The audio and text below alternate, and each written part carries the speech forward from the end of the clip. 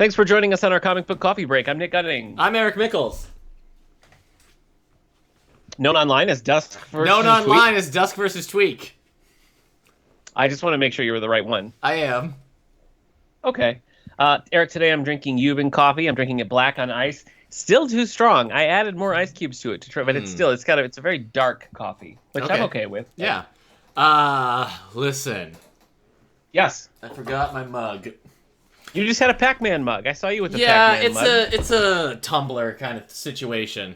Yeah, that's fine. I got this mason jar that I covered in Cowboy Bebop and Trigun manga art. I could just pour my drink into this. Would this count as something you drink coffee from? Okay. You kept pencils in there for 5 years. I don't think you should put. Did you get much cider during October? Any good cider during October? I've got cider in my house right now. Yeah, we had a couple of bonfires, warm ciders. Yep. All right, so we did this all through October. Did you? Yeah. Was there a good coffee, like a good October coffee you had? I don't really do much in the way of flavored coffees, so no chai. No. Yeah. No. Sorry. Guinea pig! You only drink when I'm recording. Wow. Sorry. That's all right. We did get some candy. I think we have some candy left over. Yeah, I have so much candy left over. Did kids come out? We served 4 kids.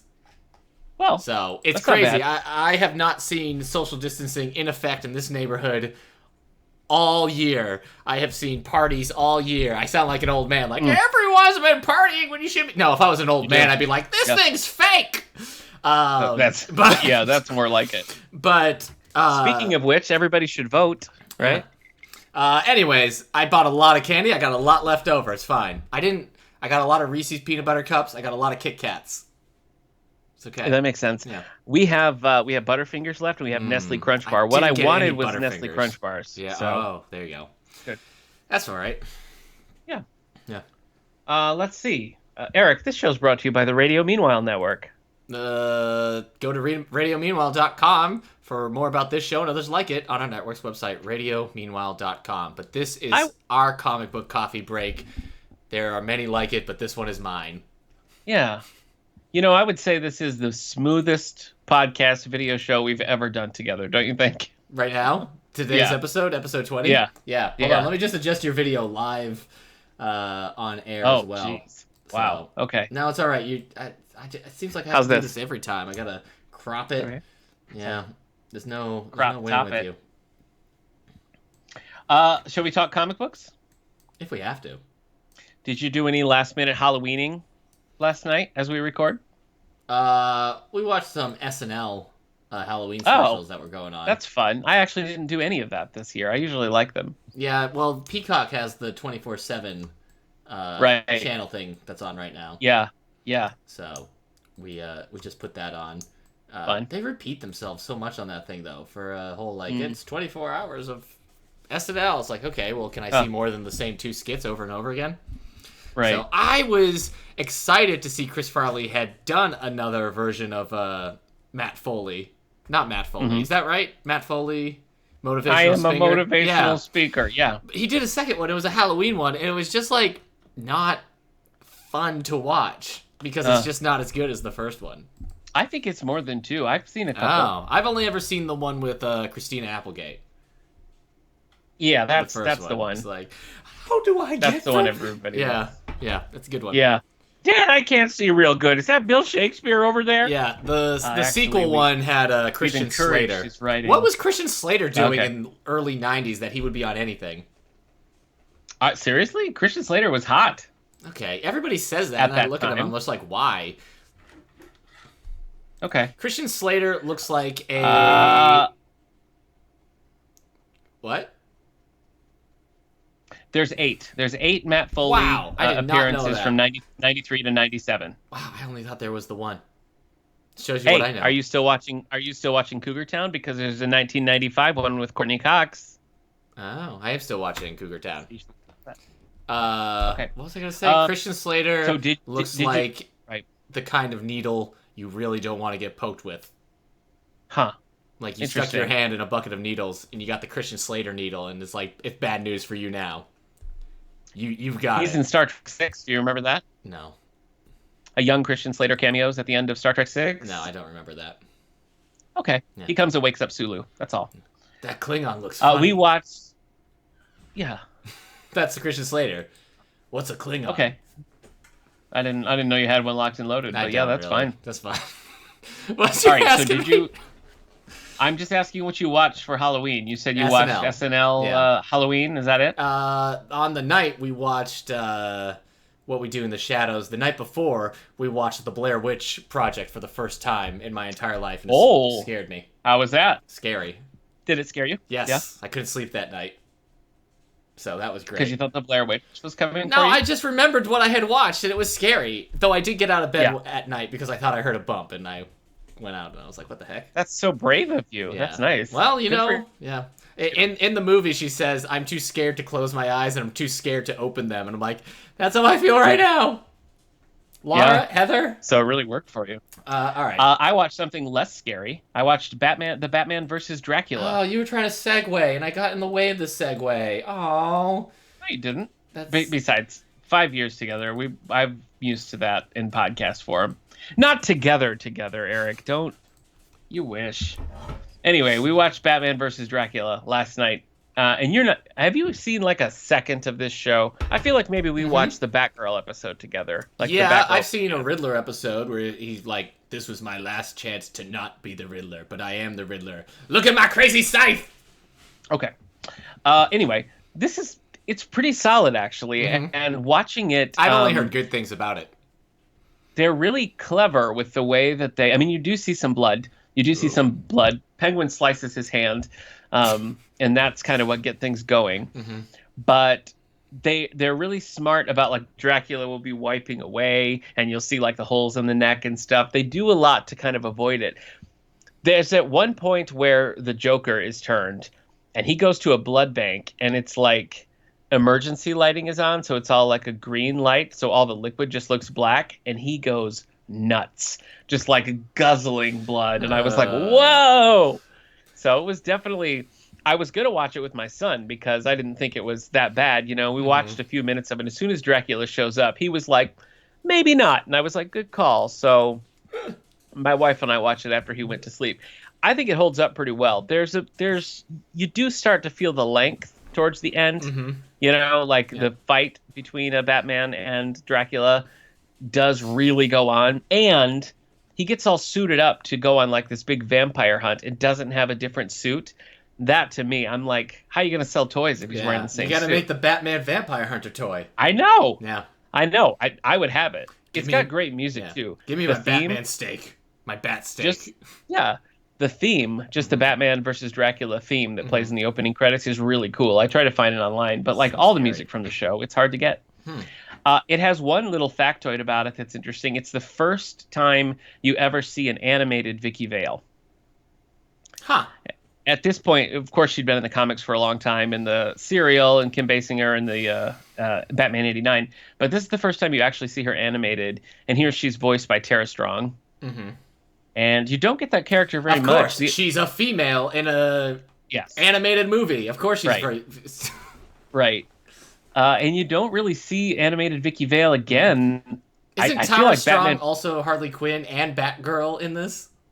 She's not Batgirl. Batgirl's Danielle Judovitz, but I think she is Harley Quinn. Okay. Harley Quinn doesn't come in really late in that series, though. But I was going to say, speaking of other Radio Meanwhile shows, the only other time you see an animated Vicky Vale is in Batman the Brave and the Bold when she's voiced by 90210's Gabrielle Carteris, who plays Andrea on the show. Oh, she played Vicky Vale on Brave and the Bold. Yep. That makes sense. Anyway... Yeah.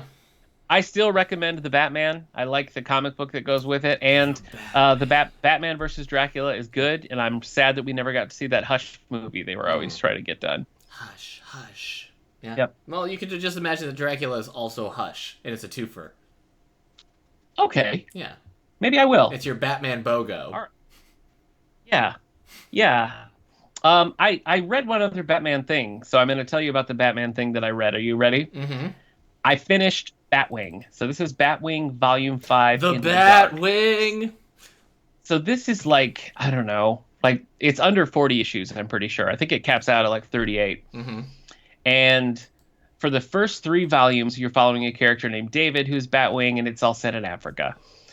Volume 4 is a transitional set of issues where David is phased out. He goes off on his own like personal mission, and Luke Fox, son of Lucius Fox, takes over as Batwing. Volume 5, like the interesting thing about the series at all was that it was set in Africa, and it was just dealing with like a completely different vibe. Like that was what made it unique. This volume is just set in Gotham City, and it's basically just a Batman story. Like you don't get a ton of Luke Fox like as a character. You get a little bit more with the family and stuff, but you just feel like, well, why? You know, like it was cool having it be a unique setting to put another Batman character in Gotham City, like interacting with like Batman's. I just didn't really make sense to me, and so it was just kind of like a whatever. Maybe he should move to France. Yeah, maybe he could be the Batman. Well, of France. I mean, I think the whole purpose of starting like the Batwing thing was part of like Grant Morrison's Batman Incorporated, Batman like that whole situation. Batman Incorporated, yeah. So yeah, I mean, I totally would have been down for another setting. I thought the Africa setting was cool, and I thought what I thought was going to happen was that Luke Fox was going to come and sort of take David's place, and then you'd also have a bit of a fish out of water story. Yeah, you know, but maybe they just like the Batman of Nebraska. Yeah, Batman of Ohio. So, I don't know. You know, it's like a 40 issue series. It's interesting. A Batman of Kansas, and he's in Smallville. Oh yeah, and Superman doesn't like that either. Because maybe Batman of Kansas is a bigger, like, people like him more than they like Superman of Metropolis. He's like, but but if I tell people, they'll put it together. Oh no. I do think it's worth checking out. I mean, it starts really strong. I remember liking the first volume quite a bit, and I sort of feel like it gets like it just goes downhill.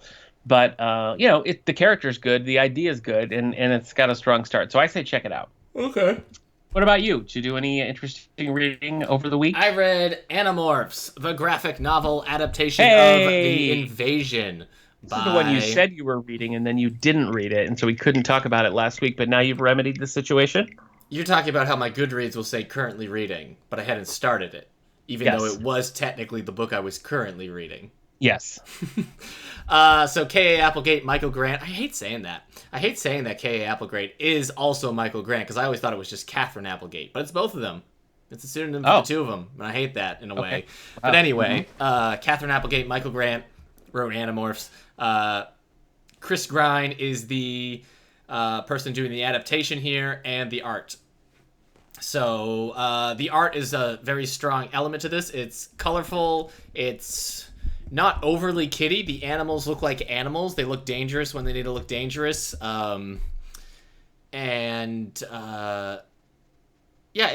It's good. I mean, it has some of the creepiness. It doesn't shy away from the beginning where Elfangor is eaten alive by Visser 3 and his morph. It doesn't turn away when they're trying to escape the Yerk pool at the beginning, and some people they're trying to save get like burnt to a crisp, and that things don't go well. Tobias is, has got his sad home life. You can't trust anybody. It's got the... Oh, I think things will work out for Tobias, right? No problems in his future.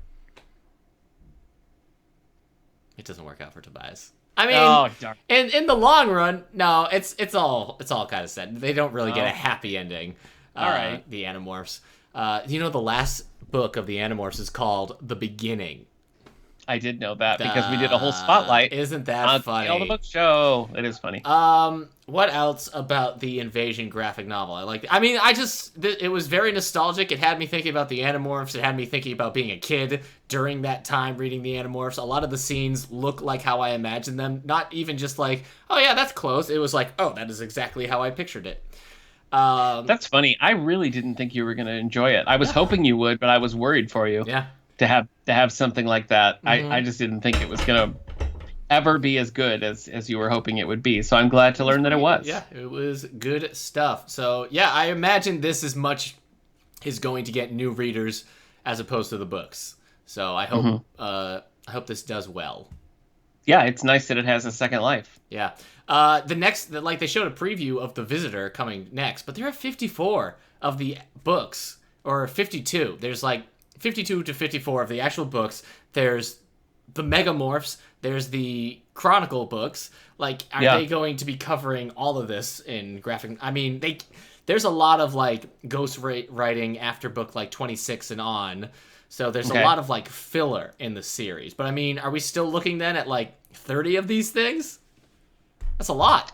They're probably just not penning themselves in, you know? Yeah. I mean, I think as long as they sell, they'll keep making them. I mean, I guess I should buy these since I've got all of them. You should. I should buy you have to. An autographed version. Yeah, to go with. It's like when somebody has a full run of comic books, like Weird Western Tales or something, and then they 20 years later they come out with like number 78 because of Blackest Night. Yeah. You're obligated to go and buy that issue. You have to. I mean, I have every Animorph book there is, so I guess I got to get that. Yeah. It's sad. My copy of The Invasion, the original book, its cover is starting to tear. I feel like I got to tape it up, but I also don't want to get a new one. You probably should. That's what happens when you read the same book in the bathtub for 30 years. I didn't read the Animorphs in the bathtub. Reading in the bathtub is an adult habit I picked up when I was like 20. Oh, okay. And you didn't read Animorphs? You didn't read Animorphs past 20? No, I didn't pick them up after that. Really? Yeah. Wow, you're fickle. I'm not fickle. I just read a dinosaur book in the bathtub. A little bit. I just finished the dinosaur book in the bathtub. Okay. All right. Well, I'm going to stick with DC for a minute. I didn't mention either. Batwing Volume 5 Into the Dark was written by Jimmy Palmiotti with art by Justin Gray. Mm-hmm. I read Justice League Volume 6, I guess because I like to be unhappy. No one knows why I do this, but the Rebirth Justice League series has 7-volume run. Sucked. Yeah, 7 volumes, right? Or is this the last one? I think so. I hope so. Jeez, I hope I'm nearing the end. It was just never did anything right. No, it doesn't serve any of the characters well. It doesn't reflect anything going on in the individual books. And that's the thing. Like, I would understand if it was hard to do that if you're juggling the stories, because every one of these characters has their own ongoing title. But to try to read, like you'd be reading the Green Lanterns, for example, Simon and Jessica in the main Green Lanterns run, they're in the middle of something crazy. Uh-huh. And then you read the Justice League that comes out like concurrent with that. Fine. They're just hanging out with the Justice League. Grant Morrison, who is one of those like auteur writers, the one you wouldn't be giving like commands to. When he wrote his Justice League, he changed it was Blue Superman while he was writing Justice League. So he was now writing Blue Electric Superman and then regular Superman and like Hippolyta. Was it Hippolyta who was Wonder Woman in the 90s? Maybe. So now he's having to explain that like he didn't shy away from that stuff. And if Grant Morrison can like incorporate the craziness that was the 90s, then, Rebirth should be able to handle it. So this one is called The People versus the Justice League, and it's something about like a Justice League fanboy like tricking them and like turning people against them. I don't know. It was dead boring. It's by Christopher Priest and Pete Woods. I'm glad there's not many more of these because I honestly don't have much more in me. Yeah, I read the whole thing, but I was done with it. And I haven't picked up Scott Snyder's one that came after it because I'm not. No, I haven't either, but I've got a little Scott Snyder fatigue, so I don't feel particularly thrilled about that either. Scott Snyder's not a big fan of you, my friend. Let me tell you. What did he say? The podcast I do, Mickles and Snyder. Stop. We were talking about you. He's like, I gotta tell you, I'm a little over the gunning factor. Wow. Yeah, we have a segment called the gunning factor where we just talk about what you've been doing this week. Is it positive? It's usually just accurate. So, if you had a good week, it's going to be a good positive segment. Okay. So. All right. This is my final DC thing that I read. I read Challengers of the Unknown by Jack Kirby. Mm-hmm. That's all. Oh. Any thoughts on that? No. Okay. I'm not the one who read it. I know. I thought you'd have a reaction to Challengers of the Unknown. Oh, yeah. Look out. It's an octopus. They're unknown. Pretty much. So this is 8 issues written by Jack Kirby. I don't know. I have mixed feelings on it. On the one hand, it's really just like episodic. It lives up to its name. Every week they're like, time travel, a giant squid. Like every week something wonky is happening and they're just like, come on, challengers. So that's kind of fun. That's kind of a fun vibe. Where it falls down, though, is that the team is just 4 white dudes in solid purple jumpsuits, and they are indistinguishable from one another. That's funny. There's a blonde, I know that. I'm pretty sure one is an expert skin diver, but when you read it, it's like the situations are interesting. I think the situations they find themselves in were genuinely interesting in this run of issues from the 50s. But the characterization is just not there at all. Right. And that's not super uncommon for comic books of that time. But to have four guys who look and dress and act identical is not a great lens to tell a story. Right. 8 issues? So, 8 issues. Yeah. Yeah. And it went on. I mean, other writers, I think, took it on after this. But the Jack Kirby, classic 8, I think, are the ones that are most well read. And DC's been reprinting all of these Jack Kirby books in nice, fancy collections. So you can find this in a pretty high quality paperback that's out now. I'm glad I read it, but there's nothing really to write home about. I would like to. There's a new Challenger series, and then there's also the Tim Sal, Jeff Loeb one that I, might check out one day. Though I don't think either of those is on the app. So I guess we'll see. But interesting to see an early Jack Kirby writing and illustrating. I mean, the 50s is a lot earlier than mid-late 70s, sure. which is what you'd kind of expect. Yeah, I will the say 30s are even earlier. That's true, So. but he didn't do a lot of writing in the 30s. No, I thought we were just naming times that Oh, were just with earlier than numbers? the 80s. Yeah. Well, that's true. That is true. One thing I wanted to say, though, like as a Kirby fan, there were a couple of instances where you saw the Challengers in space. You got to look at space. And it was very much like the late 1970s, like Kirby dots and all, Kirby cosmic stuff. And again, it was kind of cool to see that 20 years before it was really a known thing. 20 years before it was popular, you got a little taste of that like Kirby vibe. So having read the later stuff, that was like a fun little Easter egg to see that he was toying with that even in the 50s. What about you? What else you got? I read White Sand, which is similar to Animorphs in that it's kind of a adaptation. It's by Brandon Sanderson. Yeah, you were telling me about this. I think this is so interesting. So Brandon Sanderson has had this in his trunk for a while, this manuscript. He's been trying to write it. It hasn't felt like it worked. So he'd go back and work on it and be like, oh, this isn't working, and just can't get it right and everything. But he talked about it on his podcast, and it always kind of sounded like somewhat interesting.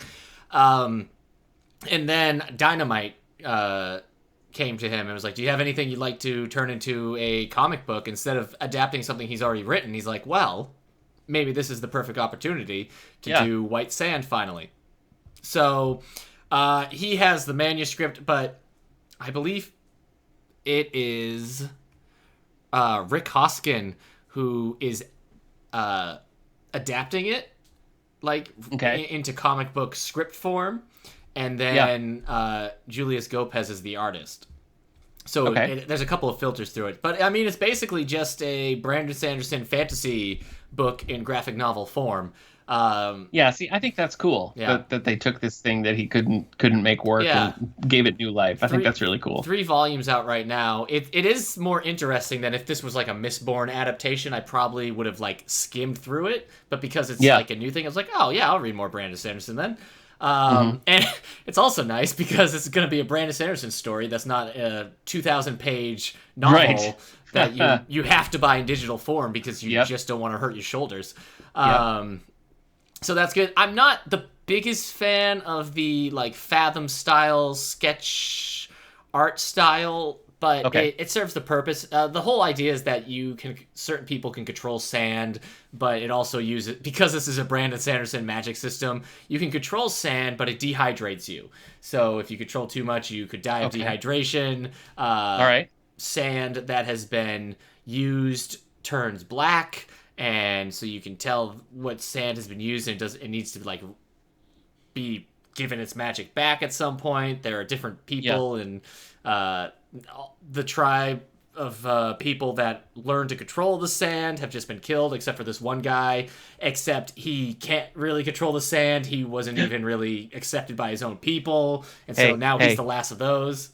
Do you know who can control the sand? Apocalypse. Yes, Apocalypse. So, from X-Men Apocalypse, you walked right into that, you stupid bag of sand.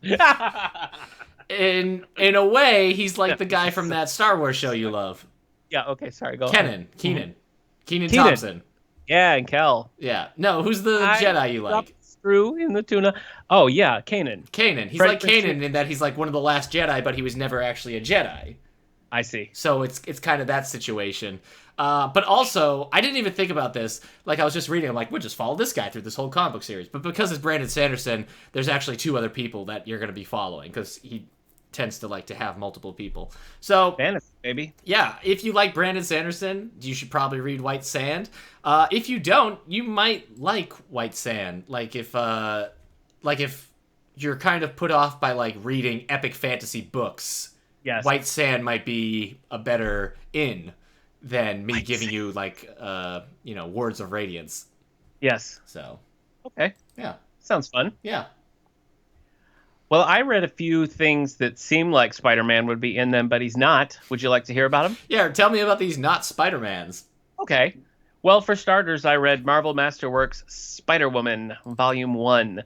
This is the Jessica Drew Spider-Woman. Mm-hmm. This is a character that I have never been all that familiar with. I had a VHS tape of the old Spider-Woman show when I was a kid, and I watched it, and I was confused as a child about why she had nothing to do with Spider-Man and like why her powers were different and everything, and I was just like, okay. Because, I was used to like Batman, Batgirl, Superman, Supergirl, so it wasn't like shocking that there was a Spider-Woman. I think the same thing happened when I later learned that The Thing was more than just a Hanna-Barbera cartoon. Oh, yeah. So. Yep. So, I've always been aware of this character, and I watched that VHS tape a million times, and I've seen Spider-Woman pop up in things, but I wanted to just go back and read the origin. Mm-hmm. And it's kind of interesting because the first one is almost a throwaway issue where she doesn't have any memory, she doesn't know what's going on, and she's being used by Hydra, and she's kind of like used as a tool against S.H.I.E.L.D., and as this is going on, her memory sort of becomes jogged, and she kind of has a sense of who she is. And then it ends on a real, she's going to go out into the world and figure her life out, And then the character they don't use her again. That was like 1972. In something like Marvel Premiere or one of those catch-all books, was just its own thing. She doesn't show up again until the Marvel 2-in-1, which was the Thing team-up book. Mm-hmm.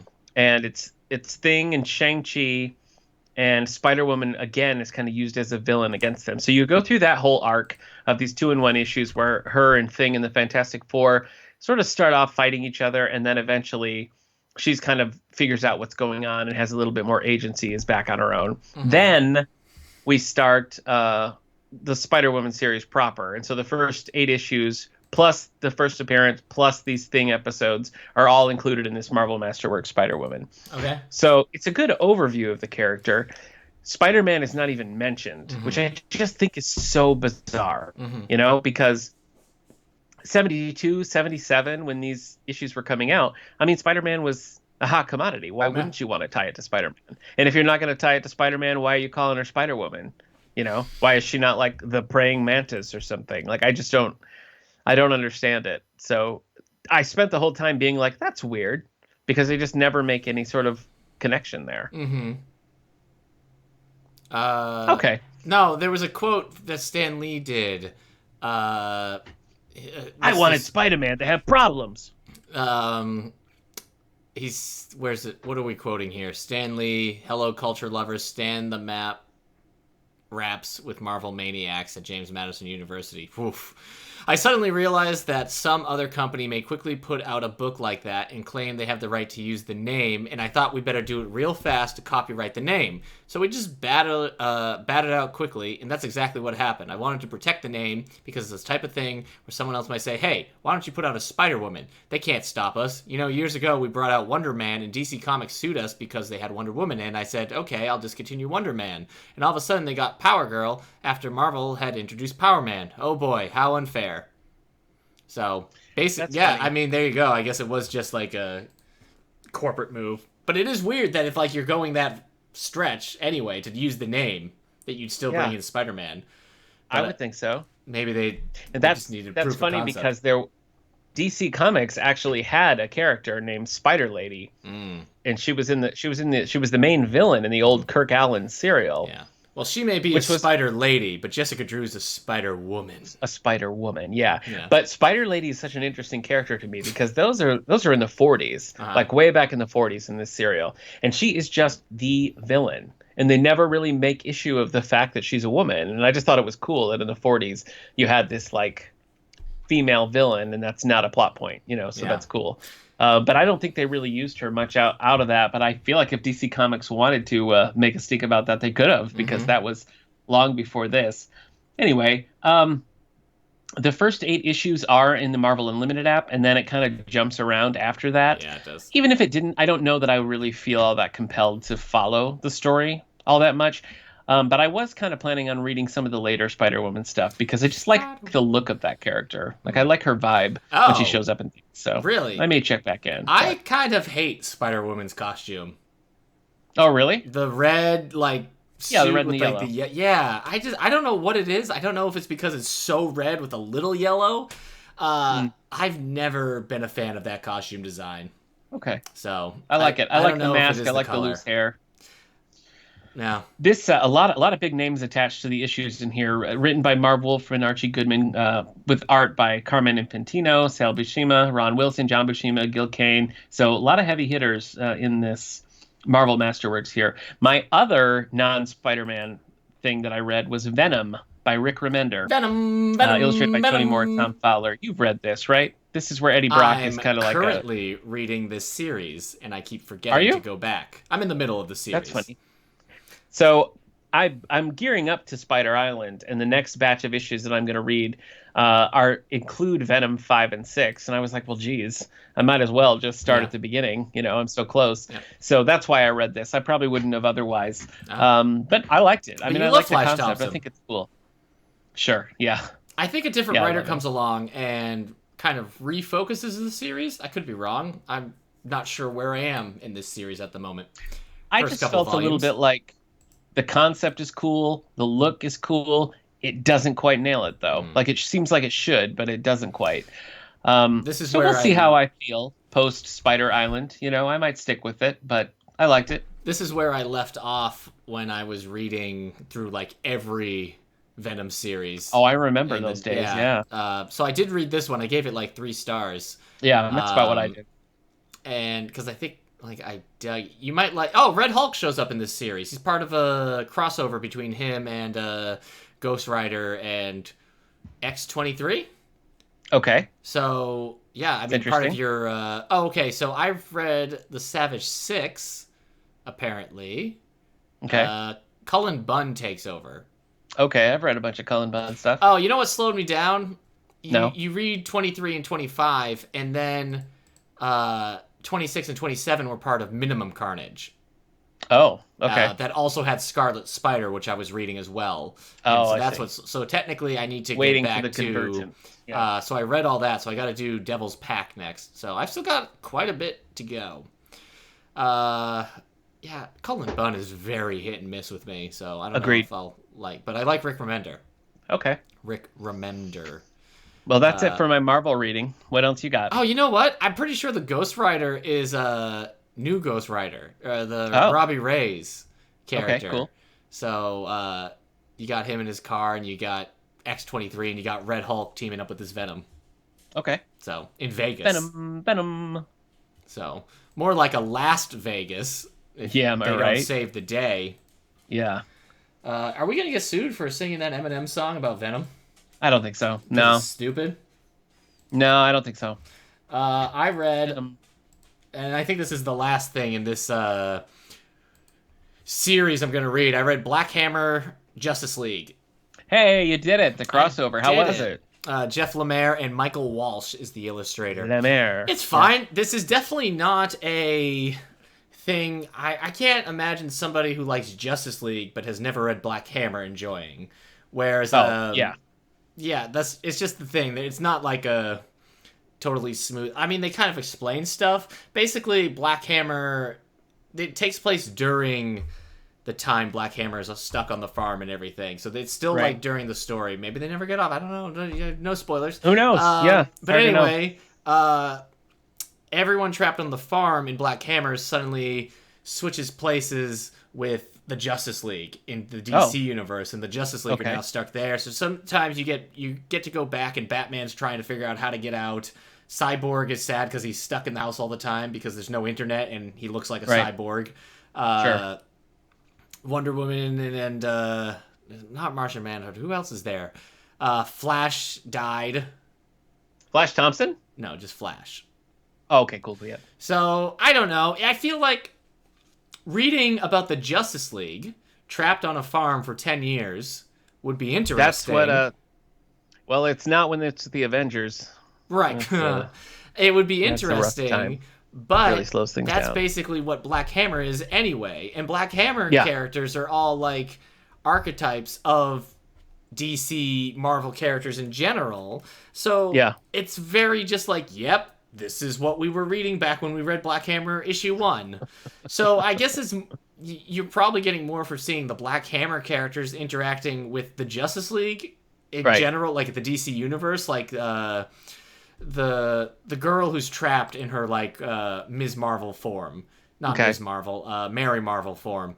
All right. She's stuck as a kid, Golden Gale, but she's hitting on Aquaman because he's just this big hunk. But she's like a kid, and that's a problem. And like the Martian character in this Barbalian, he's upset because Martians are red in his universe, and everybody's like, "Are you like a green Martian?" He's like, "Green Martians, you racist." And like those are just made up, and then he finds out that there is a green Martian, and he's like, that is so stereotypical. So like the jokes don't really land. It's just like, oh, things are like this in your world, in my world things are like this. But it's just, they're too, Black Hammer was too much of an homage to DC already to be doing that. And I don't think the characters are really like, it's not like the Authority coming into the DC universe where the Justice League are gonna be like, holy crap, they just ripped that guy's head off. It's just like, these characters are sometimes snarky, but so is Green Lantern and Constantine, and I don't know. Yeah.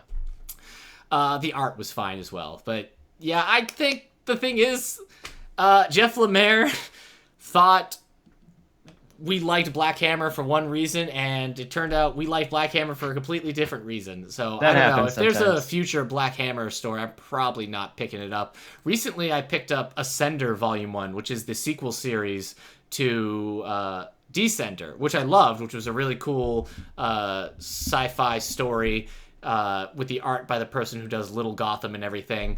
But Ascender, like I picked up Ascender, I was like, okay, so this is going to be like a fantasy version of that where technology is done. But I'm reading it, and I get like a chapter in or stuff, and I'm just like, oh, I don't care.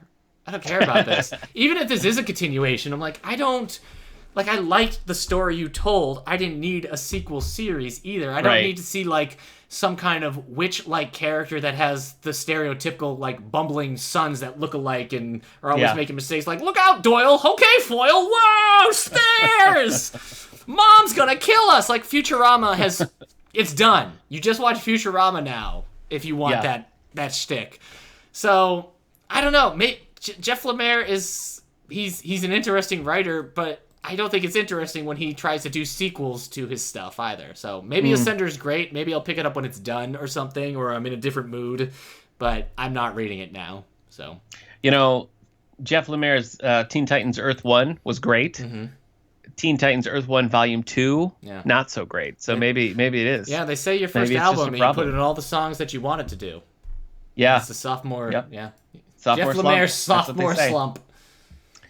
I read another thing, and that is Super Dinosaur, Volumes 2 and 3, by one Robert Kirkman. So I picked up this series. I read the first volume many years ago, like 7 years ago. Yeah, and a long time ago. Yeah. Because I was riding high on Invincible and was looking for what else Robert Kirkman wrote, and I didn't want to read Walking Dead. Super Dinosaur. What's the other one? Not the Wolfman one. What's the other one that you got? I did read Astounding Wolfman. Wasn't there something else? You thinking of Brit? Brit, maybe. Yeah. If there was a spin-off to Invincible, you were reading it. Well, this isn't a spin-off, though. This isn't really set in there. Yes, I'm sorry. But anyway, I read Volume 1 a long time ago, and this is, you read this. You read Volume 1. I read Volume 1 of Super Dinosaur. It's fine. The kid doesn't have a mom, but he has a dinosaur.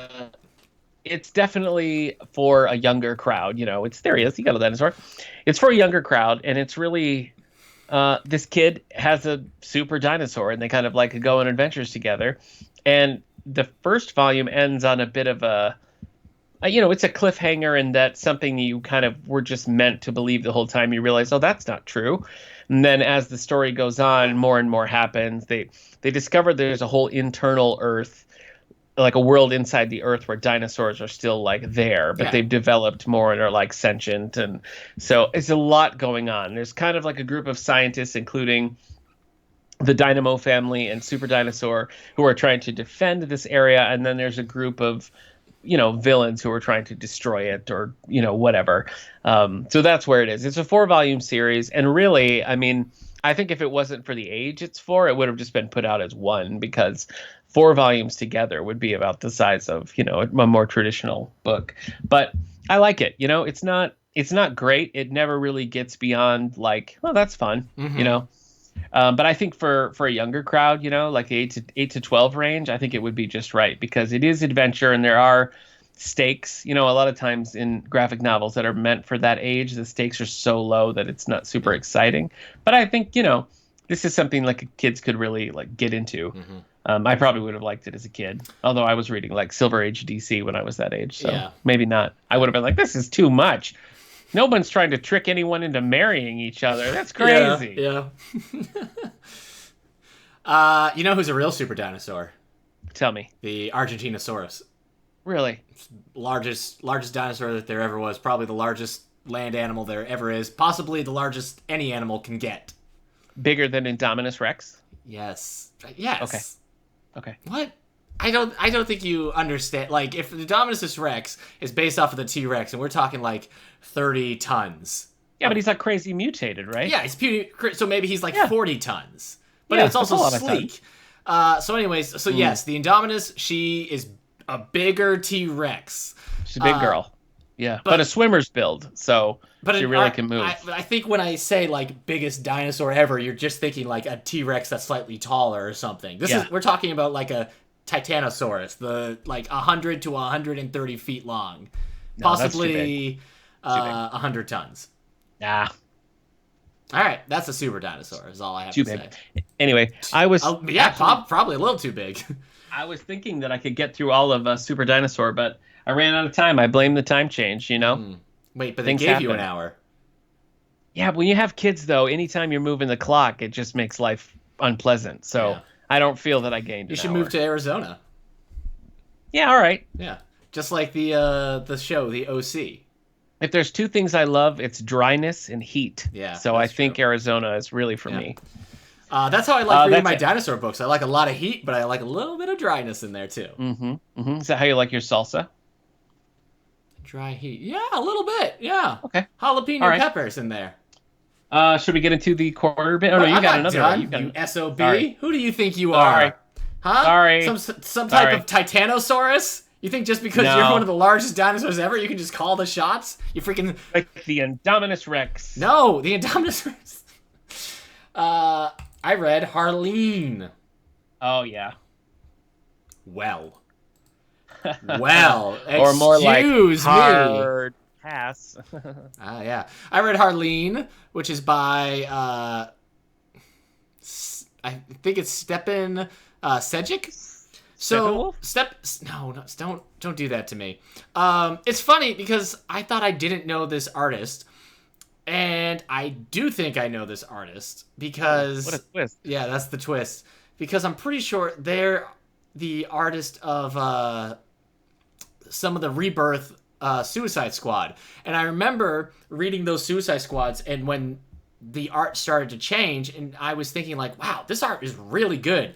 The facial expressions are always like fantastic. There's just so much attention to detail given to like the eyes and the mouth, and like how both are expressing the same thing. But like, I don't know. It's just, I was shocked when I was reading Suicide Squad by how good the art was in that like not great series. So this is basically an art, like it's in a prestige format to show the art. And the art is great. All the villains look great. Harleen, she's basically just, Dr. Quinzel for the whole time, but she's still like very expressive. And so at one point when she's starting to like lose it and she's like, a good hair moment makes me, have a moment of vanity. It's like, it's an actual like good hair moment. I'm like, well, that hair is great. Batman looks cool. Like, everything Arkham Okay. looks cool. Two-Face plays, weirdly, a predominant role in this story, and he looks good. Unexpected. The one character design I don't dig is the rock star sex god that is the Joker. I don't like it. It doesn't make sense to me in a lot of ways, considering how often he gets slammed into a brick wall by Batman. Your voice kind of cracked there. Was it awkward because of the things that awoke in you, or Yeah, just yeah. Suddenly I realized I've always been in love with Joker. Yeah. No, it's just, I feel like it's one of those things where it's like people are in love with with Harley Quinn, the character, and Harley Quinn's character has so much to do with the Joker that, like, you start making the Joker more physically appealing to match Harley Quinn. And so Yeah. but I don't like, because Joker should be, like, weird looking. He shouldn't Right. be this, like, I don't know. But maybe, you know what? I'm gonna die someday, and then there'll be a new Joker. So not because I died, not that I'm the Joker. Jared Leto's coming back, which Oh, I my know is word. all your dream. So I know that you're happy about So that. it's one of those things where in I'm like- conclusion, you liked Harley Quinn and you thought the Joker was a smoke show. Is that right? So this book is very good. It's a very, like, good version of the Harley Quinn origin story that we recognized from the Mad Love origins. It's Jay. It's interesting to me because it does feel like the comics and really all media surrounding Harley Quinn have been steering her away from the toxic relationship, the abusive relationship that is Harley Quinn and the Joker. But I think what this book is also trying to do is have its cake and eat it too, because it's a relationship that drives Harley Quinn insane and causes her to become a murderer and all this stuff. Yeah. But they also kind of present maybe the Joker is actually, like, invested, so maybe it's not as toxic as we've seen, but also we find out that he got a file on her and was using things from her past. So Whoa. it's just like, it's not, I don't know really what to make of, like, the Mad Love style anymore, because it doesn't seem like that's what people are super into anymore. But again, who knows? I'm out of touch. I stopped at. Was that a Hall & Oates quote? I don't know. Is it? You're out of touch. No. It You're wasn't. out of No. time. Okay. I read that Breaking Glass, Harley Quinn Breaking Glass, and that was sort of it for me. Yeah, well, that was like that was like a weird YA adaptation that was taking, like, a bunch of liberties. Yeah, I know, but I don't know. I guess I read that and was like, yeah, I don't want to read about Harley Quinn by herself. Okay. It's just not a character that's ever really No. like clicked for me. You know, I guess I like her like in things, but I don't feel particularly drawn to the character. But Yeah, I mean, I have got plenty of affection for Harley Quinn. Really? Not so much in Suicide Squad. But I like the card. It's weird. It's like, I think maybe the things I like about Harley Quinn are the stuff that are more Mad Love related than the I don't know, like her own. You're saying solo Mad Love. series. You're talking about the Paul Dini graphic novel. The Bruce Timm Paul Dini origin story they did that also was a cartoon. It's just like the new stuff with Harley Quinn where she's like off her own and people, you know, they're like, oh, she's Marvel's Deadpool. I'm like, the difference is Marvel's Deadpool, he's a very violent and terrible person that's trying to be good a lot of times. And Harley Quinn tends to be a very violent and bad person who is bad and sometimes does good things. So I wouldn't really right now I still don't think she's in the anti-hero area. And so, like, I tend to have less interest in that. I don't know. Okay. So all right. But anyways, I liked Harleen. It was a good retelling of that stuff. It's part of the DC Black Label, so right. It's 3 like big prestige issues in this very elaborate hardcover thing. In fact, like, it's too bad because library books will tape the plastic over them, but like the cover has her holding the mask, but if you take off the plastic, it reveals more art, and I think it's like a different design. Maybe it's just her by herself losing her mind. So that's cool. Yeah. Anyway. All right. Well, now are you ready to get into the quarter bin? Gosh, yeah, jeez. Okay. I dug in the archives for this one. This is This is an oldie, and it's not in good shape. So reading it was challenging. I can see in pencil here the original owner was one Rod Perkins. So Rod, thank you for letting me buy this Oh, in comic from a comic book pencil. store for Yeah, a that's quarter. not going to get you the money we were seeing on eBay. Right there it is. Anyway, this is Green Lantern number 44 from April 1966 by Gardner Fox and Gil Kane. Yeah. Gardner Fox, of course. Big old name. Big old name. Co-creator of The Flash, Hawkman, Dr. Fate, Zatanna, Starman, many things. There's a star man. Have you read any of like the Golden Age stuff? I read the Golden Age Flash archives written by Gardner Fox, and they're funny because like at that point, yes, Flash can run fast, but he's more like a busybody than a superhero. Sure. You know, he's more like will run and be like, you should trim your lawn, it's a little too long. He's just like inserting himself into people's low-level problems. Not so much a superhero, more like a super nuisance. This book today, Evil Star's Death Duel Summons. So Death Doula? the name, that not a Death Doula. No, it's his Death Duel Summons, and it is it's a mouthful, that title, and it does one of my least favorite Golden Age, Silver Age tropes. So let's get into it. Oh, he's trying to trick Green Lantern into marrying her. No, it's not that one. Oh. Not that one. I would have preferred it. So Green Lantern is with his pal Thomas Kalmaku on the Ferris Air Force setup. And Thomas is like kind of a Green Lantern super fan. You know, he's always fun. He's like the Rick Jones of the Green Lantern world. Green Lantern's trying to charge his ring, but it's not working. Like the ring doesn't have juice, the battery doesn't have juice. Something's up. So Hal can't charge his ring, so that's not great. And then Evil Star shows up, and previously they had like locked him away, and so Hal was like, okay, well, this is weird that he's showing up here. Mm-hmm. He picks up the whole building. He picks up all of Ferris Air, and they're like, this is a problem, and Hal, again, doesn't have power.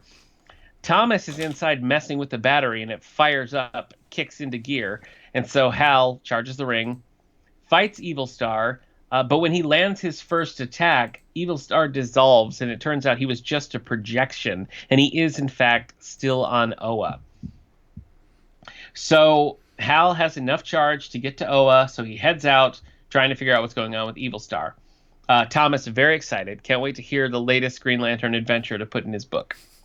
We get to Oa, and it turns out that Evil Star not only was the one responsible for knocking out Hal's battery, but he turned off the whole battery that powers Oa. Somehow he's done this from his prison cell, so that's a problem. Right. He allowed it to fire back up long enough for Hal to charge and get there, so Evil Star's pulling the strings right from the beginning. Mm-hmm.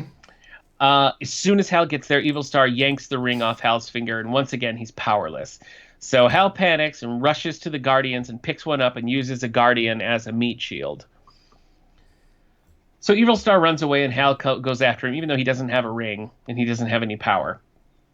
So Evil Star is shooting these like metal beams at him. Hal digs into the ground and finds a lodestone, and I don't know what that is, but it somehow is attracting all of Evil Star's power to it. So essentially, they're both depowered and they're duking it out, right? Mm-hmm. Evil Star thinks that Hal's got a backup ring somewhere, and that's how he's able to, like, you know, still keep his head in the game, even though he's way overmatched here. Mm-hmm. Anyway, they just start wailing on each other. Evil Star somehow finds a tree branch in the Guardians' like headquarters on Oa and beats Hal with a tree branch. But Hal eventually wins, and they recapture Evil Star. The Guardians give Hal the ring that he was secretly hiding, and he flies back to Ferris Air and fills Thomas in on what actually happened. Well, it turns out Hal was in on it the whole time. He knew what was going on, right? And so he knew that Evil Star was messing with the ring, messing with the battery, and so he had his battery fly to Oa invisible-like and then use its invisible powers to reassemble the ring that Evil Star destroyed the last time they fought. So even though Evil Star got his replacement ring, he was able to use his mind to reconstruct his original ring. So there was never any danger at all. Isn't that exciting? It is exciting. What did you... Hal knew everything that was going to happen, even though he acted like he didn't. Right. He knew everything. Trope. Yeah. That's your favorite trope, you said? I hate it. I hate it so much. When it's like the last page is just the superhero being like, so then I knew he was going to do this. So I did this. And I knew that this was going to be his response. But I also did this. So it's just like, well, why did we even listen to this story then? You know? Now that you've told it to me, like, I feel like this is a trope I actually like.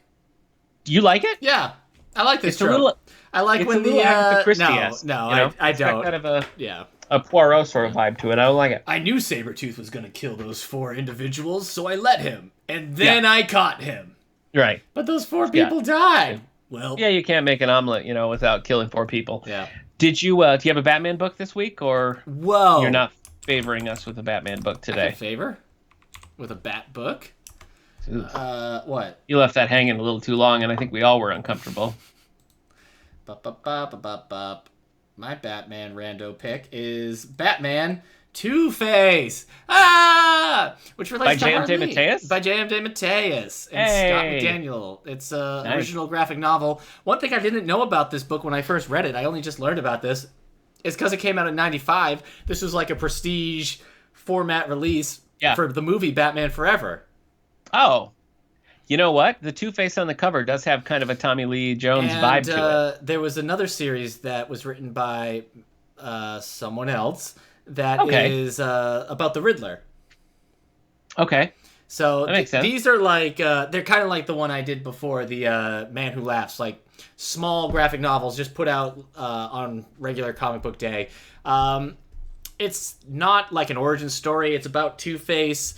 And we kind of learned maybe the Two-Face persona was because he had an abusive father growing up. And that might play into some of this stuff. So it's kind of digging into that psychology. It's not necessarily like a classic Two-Face story. It's not necessarily something that you must read. No, but I think it goes a little deeper than it usually does when you're looking at Two-Face. I mean, it's dark, too. It's a super dark take on it. Yeah. But, yeah, I liked that. I can't remember. I think we talked about this a little bit when we interviewed J.M. DeMatteis for the All the Book Show. So you can find that over I think I read this after that, actually, because of that interview. I was like, oh, what else do we got? It's only like 48 pages, so it's like a little bit longer than it's like double size comic book. But yeah, I don't know. It interested me when I found I was like, oh, this was put out for Batman Forever. I mean, it's definitely better. It's a better Two-Face than you got in Batman Forever. So all you got there was the Joker, so that makes sense. Yeah. But yeah, I wasn't too sold on the whole like I'm the Two-Face because my dad was an abusive father. I'm like, it just kind of came out of nowhere. It does, and it doesn't seem to be something that no one's ever picked up and gone with. No, that he's Harvey Two-Face because of his father, and it's not something that really plays into a lot of like his need for chance and everything. Right. Like Nick said, it's probably a better. I don't know. I kind of dig the Two-Face from Long Halloween. There's been a few like Two-Face stories I liked. But Batman's in this, so you got that. Yeah. Good old Batman. Yeah. Okay. That was my Bat pick. Batman Two-Face I'm with by J.M. DeMatteis. I like that one. Yeah. So I think this is another one of those books. I'm like, I've read all the good Batman. What else is out there? So I get real mobile, and I think I've read all the Batman. Yeah, I know. I got some stuff. I've had some good reads. That's how I read Batman Year 100, and I love it. So my thanks to you for that. My realization that I hadn't read all the Batman there was, and I still haven't. Still plenty of Batman to read. I am planning on finishing Super Dinosaur, and I know we're doing a Dinovember episode of the All the Book Show. Dinovember. So I might try to actually use this as my. I've been planning to read Jack Kirby's Devil Dinosaur for like the length of time we've been doing Comic Book Coffee Break. So I might use Dinovember as my time to actually power through and do that. Yeah. And I know that you have a special interview coming up with Elita Martinez, who is the lead author on the more recent Moon Girl and Devil Dinosaur book. Oh, yeah. That's out in the last couple of years. I haven't read the Moon Girl. But we interviewed her previously on X-Men. It's like a 25-minute interview that will be out shortly. So talking about the art work and maybe the realities of what collaboration looks like when you're an artist. Yeah. Which was fun. So yeah, that will be out soon. I'm going to read some stuff like Street Angel and other stuff, I guess. I got other things to read. I was trying to cruise through some stuff and figure out which library books. I was going to read the Elseworld comics. They put out like Batman and Superman Elseworld graphic novel collections, but then I realized they are on the app. Okay. And I didn't realize that like DC had like even organized them into their Elseworld thing. So I'm just going to read them there. But sent those books on back to the library. You know, speaking of J.M. DeMatteis, he does a couple of cool Elseworlds ones, including one called, I can't remember if it's Superman Speeding Bullets or Batman Speeding Bullets. Yeah. Superman Speeding Bullets. Yeah. That's a pretty good one where Superman is raised by the Waynes. Yep, that's in the Superman collection. That's a really well done. That's a really well done Elseworld story there. So. Yep. All right. Well, as always, I'm working the election this year, so I imagine my bookmark next week is probably gonna be a lot more. You know, man, you spend so much time working the election. Why don't you make the election work for you? Huh. I'll try it. Yeah. This is the year to try, don't you think? Yes. Anyway. Okay. All right. I don't know if my heart can take it. I don't know if I'm going to be here for next week. Nick might be doing episode 21 alone. I'm going to send him all the information. So come Wednesday, we'll know the fate of Eric Mickles. It's just going to be your chair spinning. I think it's cute that you think we're going to know anything by Wednesday. Yeah, that's true. So fun fact, the state of New York can't even open absentee ballots for a week after Election Day. So those won't even be counted for a week. If you're looking for me, I'm the one walking into the ocean. Even the sharks will pass me by, like, should we eat that guy? No. A lot of stress in that muscle. You don't want any of that. Real gamey. No. So just let him pass him. He's got enough troubles. We're sharks, you know? All right. Yeah. Here's the thing, though. If a great white shark is coming at you, you are gonna freak out. It doesn't have arms. Why is a T-Rex more fun to make fun of? Because it has little arms. It doesn't need them. And you know what? They're strong enough, actually, that if you're a Parasaurolophus and he's got you down with his jaw and you're trying to get up, those arms are strong enough to hold you. They're still muscular. Yeah, but he can't, like, scratch his nose or something. He can't eat finger foods. Dumb bastard. Oh, all right. Well, is that it for coming to coffee break? It is. My ongoing defense that the T-Rex is not someone you should make fun of because of his little arms. He certainly couldn't drink coffee, that's for sure. All right. Oh, that's the sign.